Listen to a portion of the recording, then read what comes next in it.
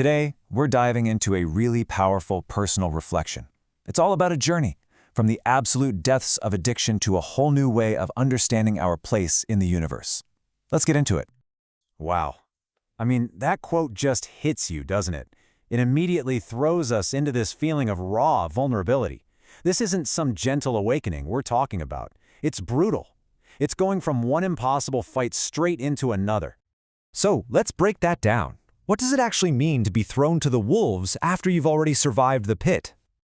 Well, it's about being completely and utterly exhausted. We're talking physically worn down, spiritually just bruised. It's that feeling like life has already thrown its biggest punches, and you're just trying to stay on your feet. But here's the thing. It's in that exact moment of devastation, when you feel like you have absolutely nothing left, that a huge shift can happen. And this is the first major revelation on this journey: footsteps in the fire. So imagine that for a second. When all the noise and the chaos of the struggle finally dies down, when you're in that quiet, almost desperate space, and you just listen, what do you actually hear? The answer, at first, feels kind of lonely. You hear one set of footsteps, just one. And you might think, see? I knew it. I really am all alone in this. But that is not the story here. The reason you only hear one set of footsteps, it's because you're not walking, you're being carried. The idea is that some higher power, the universe, call it what you will, it's holding you, it's carrying you through the absolute worst of it. Not judging you, not punishing you, just supporting you. And that realization, that you are supported, not condemned, well, it changes everything. It leads to a complete reframing of how the universe even works. And this is the core idea of the whole journey, the energy of existence. This slide lays it out perfectly. On one side, you've got your pain talking. You know that voice. It says, the universe hates you, it's out to get you. But the idea here is that's just not the truth. The real truth, the universe loves you. And it's not out to get you, it simply responds to you. So how does that even work, a responsive universe? To explain this, we get this incredible metaphor: the river of existence. Just picture it. It's this constant, unstoppable flow of energy. And it's basically the fabric of our reality. And here is the absolute key. This river does not pick sides. It's totally impartial. It just carries whatever energy you put into it. So positive energy, it flows.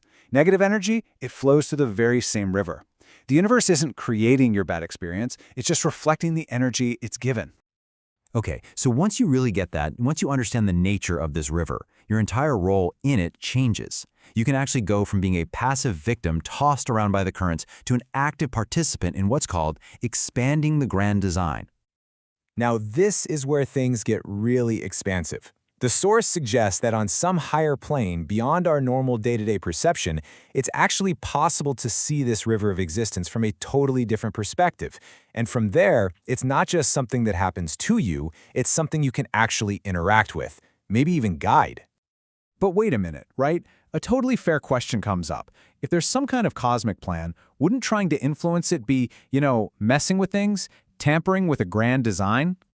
And the answer is so simple but so profound. It's not tampering if it expands upon it. You're not breaking the system. You're adding to it. You're contributing to its growth, becoming a co-creator. So this is the whole arc of the journey, right here. You start out feeling like you are literally drowning in the river, completely at its mercy. But then you learn to participate in the creation, to consciously put energy into the flow. And finally, you realize your ultimate potential is to help expand the grand design itself. And that leaves us with this final, powerful question. It flips the whole thing right back on us. This journey from the pit to the river isn't just a story. It's an invitation. It's asking us to stop seeing ourselves as victims of circumstance and to start asking a different question. So the question for you is, instead of drowning in the river, how will you guide its flow?